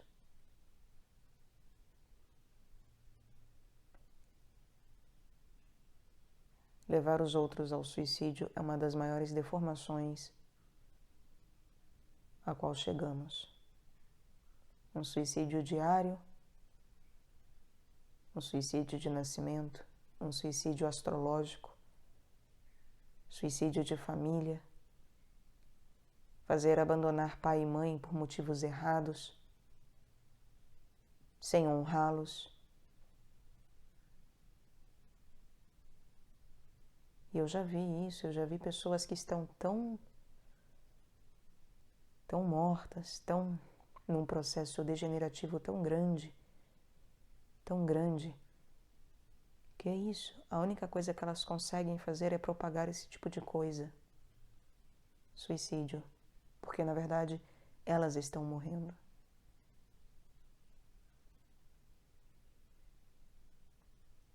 Só propagam morte. Isso é muito triste, para dizer o mínimo. Muito, muito triste. Porque não há maior cegueira, não há maior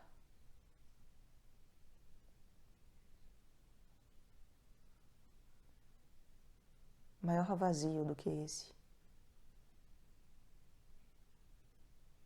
De estar tão longe, não só de Deus, mas inclusive de si mesma, que a única coisa que a pessoa consegue ensinar aos outros é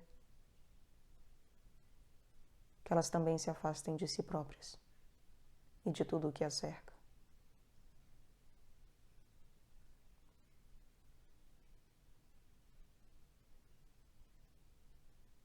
Que destruam, joguem fora seus trabalhos, seus lares,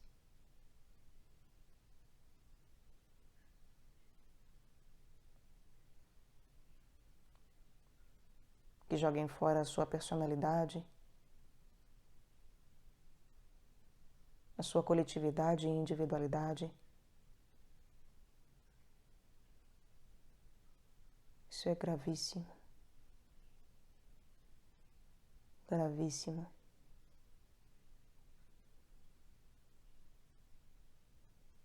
Porque ainda uma pessoa que seja egoísta e altamente vaidosa, ainda uma pessoa que viva só para si, essa ainda tem uma possibilidade maior.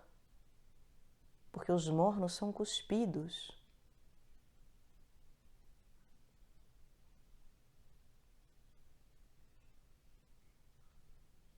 E a frieza, ela ainda é uma possibilidade maior de conversão do que a mornidão que leva ao suicídio. E que jura que está quente,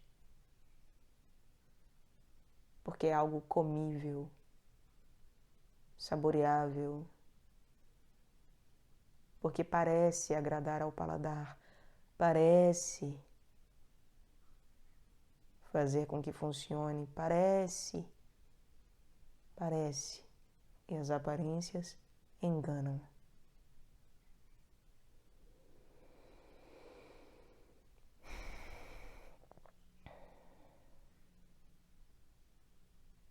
Então, meus amores, meus amados, meus queridos filhos, busquem vida, busquem as experiências, não por estilo, não por uma crença cega, por um fundamentalismo em coisas de mídia ou de instituições ou o que quer que seja, ideologias para qualquer lado que seja. Mas busquem verdadeiramente tentando ouvir os vossos corações e a vossa mente. Coloquem, guardem todas as coisas no coração primeiro. Se necessário for, façam exercícios mesmo de colocar a mão no coração. Vai fazer uma escolha, por banal que seja, eu quero ir tomar um sorvete. Põe a mão no coração e pergunta, eu devo? Meu coração me diga. Se não quiser falar com Deus, porque às vezes falar com Deus também é falacioso, né? No sentido de que a gente pergunta e responde por Deus, né? Tem essa. Nós somos muito astutos. Mas coloquem a mão no coração. E respirem fundo. Nós sabemos também pela Fraternidade Rosa Cruz que as coisas vão sendo gravadas no átomo semente através da respiração. Toda vez que forem decidir algo, do mais importante ao mais banal, ponham a mão no coração, respirem fundo pelo nariz, inspirando e expirando pelo nariz, boca fechada. E aí, então, se façam a pergunta, devo ou não consumir isso? Devo ou não fazer isso? Devo ou não? Não é talvez, não é só um pouco, é sim ou não. E deem tempo para se permitirem ouvir a resposta. Tem horas que talvez não vá haver resposta. E vamos ter que arcar com a consequência da escolha no escuro. Tudo bem. Mas podem ter certeza que muitas vezes o nosso coração vai responder. E é claro que eu várias vezes também já falei, o nosso coração não sabe também o que a gente quer e o que a gente precisa espiritualmente, mas não faz mal. Não dá para cobrar experiência crística, né? Por algum lugar a gente tem que começar. Mesmo que tortuosamente. Não dá para esperar para fazer certo quando for perfeito, né? Então, se deem tempo para ouvir o coração de vocês.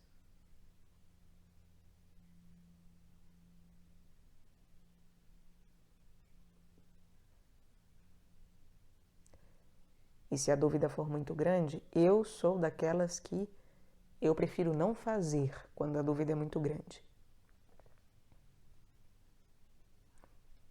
Hoje em dia, até quando a dúvida é pequena, né? Eu, a maior parte do tempo, prefiro não fazer, porque a chance de, mesmo eu podendo fazer, mas eu estar fazendo pelo motivo errado, me convencendo pelos meios errados, é muito grande. Então, eu tomo cuidado. Mas é algo meu, né? Meu. Vejam o que é a fórmula pessoal de vocês que funcione para esse nascimento. E que alimente a vida eterna de vocês. Porque agora nós já sabemos, o corpo é eterno. Não em aparência, porque o Espírito Santo, que é responsável pela concretização aparente daquilo que é literal, que é livro da vida, ele é movimento. E, portanto, a cristalização de projeção do nosso corpo, ele passa por alterações. Ela, né, no caso, a projeção, passa por alterações. E é claro que Depois, deixa de ser projeção, deixa de ser lua para efetivamente ser a cristalização em si. Né? Para ser efetivamente a matéria manifestada de fato.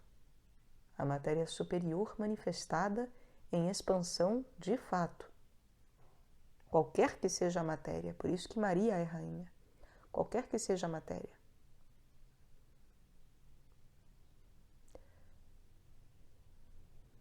Mas que não é essa a cristalização eterna, e sim o átomo semente.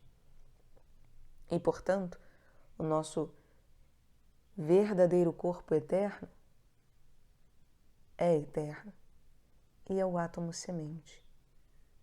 Assim como a nossa alma também é eterna, não com a mesma expressão sempre, porque senão nós seríamos sempre com a mesma mentalidade, por exemplo.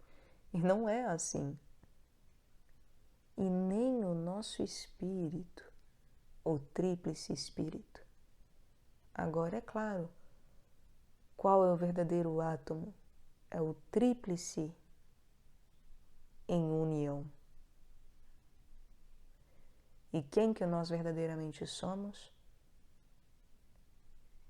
O átomo tríplice do corpo uno, junto da unidade da alma e do espírito, porque em verdade, espírito, alma e corpo são uma única coisa, eterna e sagrada, divina, imagem e semelhança do nosso Deus uno e trino, manifestado como Pai, Filho e Santíssimo Espírito.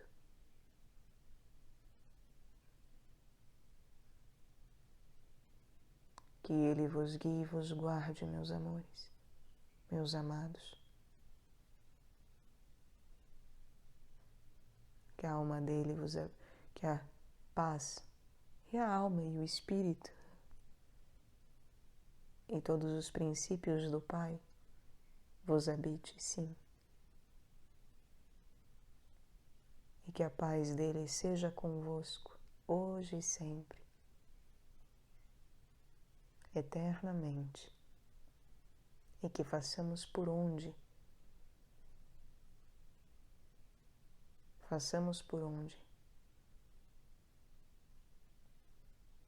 e que prezemos pela vida, seja em nascimento, nesta ou em qualquer matéria,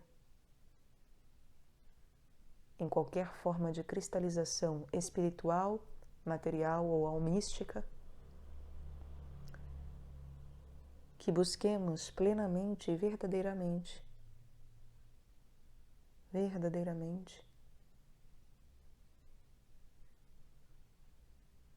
as coisas divinas.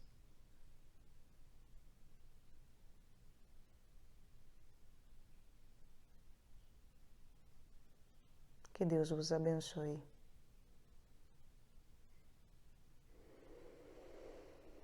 Amém. Até, meus queridos.